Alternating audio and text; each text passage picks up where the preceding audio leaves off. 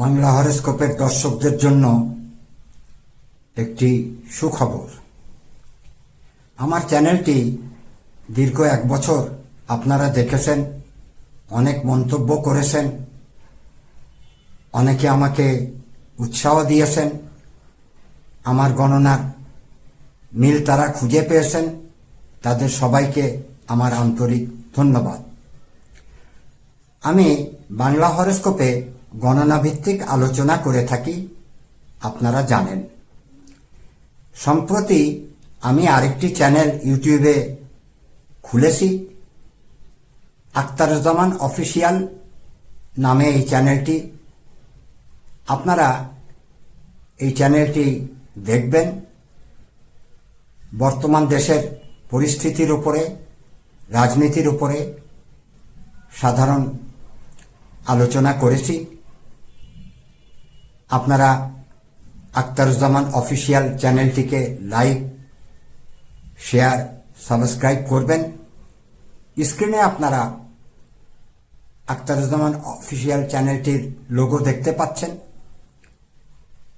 বাংলা হরোস্কোপের দর্শকদেরকে অনুরোধ করব, আমার এই চ্যানেলটি আপনারা দেখবেন। আমি আপনাদের কাছে অনুরোধ করব, সঠিক তথ্য, মিথ্যা গুজব খবর ইউটিউবে সয়লাভ। আমি আপনাদেরকে বস্তুনিষ্ঠ ও সত্য খবর, দেশের পরিস্থিতি, রাজনৈতিক পরিস্থিতি, এগুলি জানানোর চেষ্টা করব। ধন্যবাদ। দর্শক, বাংলা হরোস্কোপে স্বাগতম। আমার আজকের আলোচনার বিষয়, শেখ হাসিনা বাংলাদেশে ফিরছেন, তারেক রহমান সাহেব দিশেহারা। মূল আলোচনায় যাবার আগে দুটি কথা বলতে চাই। আপনাদের স্ক্রিনে একটি হোয়াটসঅ্যাপ নাম্বার দেখতে পাচ্ছেন। এই নাম্বারে আপনারা আমার সঙ্গে যোগাযোগ করতে পারেন গণনার জন্যে। যারা রাজনীতিবিদ আছেন, রাজনীতি করেন, ও সাধারণ মানুষ, সকলেই তাদের ভবিষ্যৎ জানার জন্যে আমার কাছ থেকে গণনা করে নিতে পারেন। একটি কথা মনে রাখবেন, গণনার জন্যে একটি নির্দিষ্ট ফি রয়েছে। যোগাযোগ করলে সেটি জানতে পারবেন। আলোচনা শুরু করছি। প্রিয় দর্শক, আপনারা সকলেই দেশের বর্তমান পরিস্থিতি জানেন। নির্বাচন হয়ে গেছে, বিএনপি সরকার রাষ্ট্র চালাচ্ছেন, তারেক রহমান সাহেব প্রধানমন্ত্রী হিসাবে তার দায়িত্বভার পালন করছেন। আমাকে দর্শকরা বিভিন্ন সময় বিভিন্ন মন্তব্য করেন। আমি কিছু মনে করি না, তারা বুঝে করেন, না বুঝে করেন। গ্রহগত অবস্থান প্রতিদিনই, প্রতি মাস পরিবর্তন হতে থাকে, সুতরাং গণনাতেও কিছু কিছু পরিবর্তন আসে। তারেক রহমান সাহেব যখন ক্ষমতায় বসেছিলেন, সেদিন যে তার গ্রহগত অবস্থান ছিল, আজ কিন্তু তা নাই।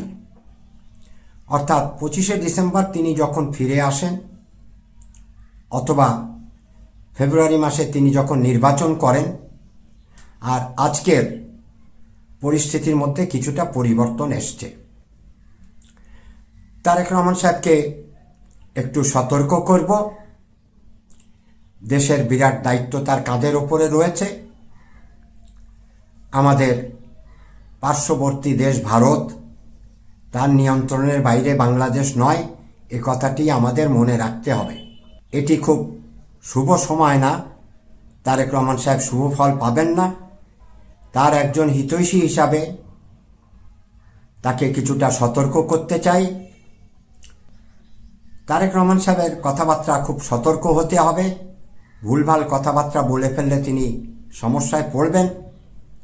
আরেকটি বিষয় তাকে সতর্ক করব, তার যারা পরামর্শদাতা আছেন, তারা এ সময় তাকে কিছু ভুলভাল পরামর্শ দিয়ে ফেলবেন।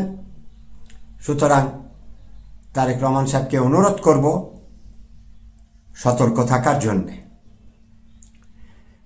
আমার দর্শকরা বেশিরভাগই বোধহয় আওয়ামী লীগ সমর্থক। তারা শুধু আওয়ামী লীগ, শেখ হাসিনার খবর জানতে চান। শেখ হাসিনা মে মাসে বাংলাদেশে ফিরবেন, এই ব্যবস্থাটিও জনাব তারেক রহমান সাহেবই করে দেবেন। তিনি স্বইচ্ছায় না হলেও ভারতের চাপে তাকে এটি করতে হচ্ছে। বর্তমানে আমাদের পররাষ্ট্রমন্ত্রী ভারত সফর করছেন, সেখানে তিনি অমিত শাহ ও অজিত দোভালের সঙ্গে মিটিং করবেন, আলাপ আলোচনা করবেন। এই আলাপ আলোচনায় মূলত ভারত যে প্রস্তাবগুলির উপরে জোর দেবেন, শেখ হাসিনার আন্তর্জাতিক ট্রাইব্যুনালে যে সকল মামলা হয়েছে সেগুলি তারেক রহমান সাহেবকে বলা হবে প্রত্যাহার করে নেওয়ার জন্যে। আওয়ামী লীগের রাজনীতি যাতে নিশ্চিন্তভাবে আওয়ামী লীগ যাতে রাজনীতি বাংলাদেশে করতে পারেন তার ব্যবস্থাও বিএনপি সরকারকে করে দিতে হবে। আওয়ামী লীগ রাজনীতি করার সময় যাতে কোনো প্রতিকূল অবস্থায় না পড়েন সেটি বিএনপি সরকারের দায়িত্বের মধ্যে থাকবে। ভারতের এ সকল প্রস্তাব তারেক রহমান সাহেব কতটা গ্রহণ করবেন, কি করবেন সেটি আমি বলতে পারি না, সেটি তারেক রহমান সাহেব ও তার সরকারের বিষয়। আমি সম্ভাব্য গণনাভিত্তিক কথা বলি, সম্ভাব্য যা যা হতে পারে তার উপরে আলোকপাত করার চেষ্টা করি। আরেকটি বড় বিপদ তারেক রহমান সাহেবের জন্য অপেক্ষা করছে। ভারত চাইছেন 57 জন সমন্বয়ক বা যারা বৈষম্য বিরোধী আন্দোলনের নেতা ছিলেন তাদেরকে বিচারের আওতায় আনতে হবে, পুলিশ হত্যার বিচার করতে হবে ইত্যাদি ভারতের প্রেসক্রিপশন তৈরি আছে। তারেক রহমান সাহেব যদি সেই প্রেসক্রিপশন অনুযায়ী বাংলাদেশে চিকিৎসা না করেন তাহলে তারেক রহমান সাহেব বড় বিপদে বা ঝুঁকিতে থাকবেন। তারেক রহমান সাহেব কোন দিকে যাবেন? ভারতকে খুশি করতে গেলে দেশে বিশৃঙ্খলার সৃষ্টি হবে। ছাত্র নেতারা বা যারা নাগরিক পার্টির সঙ্গে যুক্ত বৈষম্য বিরোধী আন্দোলন করেছিলেন তারা হয়তো আবার রাস্তায় নামবেন। তবে তারেক রহমান সাহেবের ভাগ্য কিছুটা ভালো বলবো, তিনি যথেষ্ট বিপদের মধ্যে আছেন, তার কাজকর্মে ভুল হবে। তবুও বলছি তিনি কিছুটা সহায়তা পাবেন 2026 সাল বলে। 26 সাল রবির বছর, বছরটি বাংলাদেশের জন্য ভালো। দর্শক, আপনারা লক্ষ্য করেছেন নির্বাচনের পর কোনো রকম দেশে মিটিং মিছিল হয়নি, কোনো বিরোধিতা হয়নি, শান্তিপূর্ণভাবে নির্বাচনের ফলাফল নিয়ে প্রতিবাদ করা হয়েছে, কিন্তু সহিংস কোনো ঘটনা দেশে ঘটেনি। এটি 26 সালের বৈশিষ্ট্য, রবির বছর, এটি একটি ভালো দিক। তবে বর্তমানে রমজান মাস চলছে, হাসিনা একটি ঘোষণা দিয়েছেন 7, 17, 26। 7 তারিখ শেখ মুজিবের ভাষণ সরওয়ার্দী উদ্যানে, 17 তারিখ শেখ মুজিবের জন্মদিন, 26 তারিখ বাংলাদেশের স্বাধীনতা দিবস। এই 3টি তারিখে আওয়ামী লীগের নেতাকর্মীদের রাস্তায় নামার জন্য বলেছেন। এটি সফল হবে না। কেন সফল হবে না? রমজান মাস, পরবর্তীতে 17 তারিখ এবং 26 তারিখ ঈদের কাছাকাছি সময় পড়ে গেছে। দেশের মানুষ ঈদ করবেন, রমজানের ঈদ। এই ঈদে বাড়ি ঘরে যাবেন, তাদের বিভিন্ন প্রোগ্রাম আছে, কেউই আন্দোলনে নামবেন না। অর্থাৎ শেখ হাসিনার কাজকর্ম সঠিক হচ্ছে না, আমি বারবার করে এ কথাটি বলেছি। যা হোক, পরবর্তী ভিডিওতে আরও বিশদ আলোচনা করব। দর্শক, আপনাদেরকে একটি কথা বলতে চাই, আমরা মানুষকে দোষারোপ করতে ভালোবাসি, কিন্তু তার জায়গায় বসে তার পরিস্থিতি চিন্তা করার কথা আমরা ভাবি না। তারেক রহমান সাহেব যে পরিস্থিতিতে দেশের প্রধানমন্ত্রী হয়েছেন বা দায়িত্বভার নিয়েছেন, ভারত তাকে সহায়তা করেছে ক্ষমতায় আসার জন্য, এটিও সত্য। সেই হিসাবে ভারতের আদেশ নির্দেশ তিনি একেবারে ফেলে দিতে পারেন না।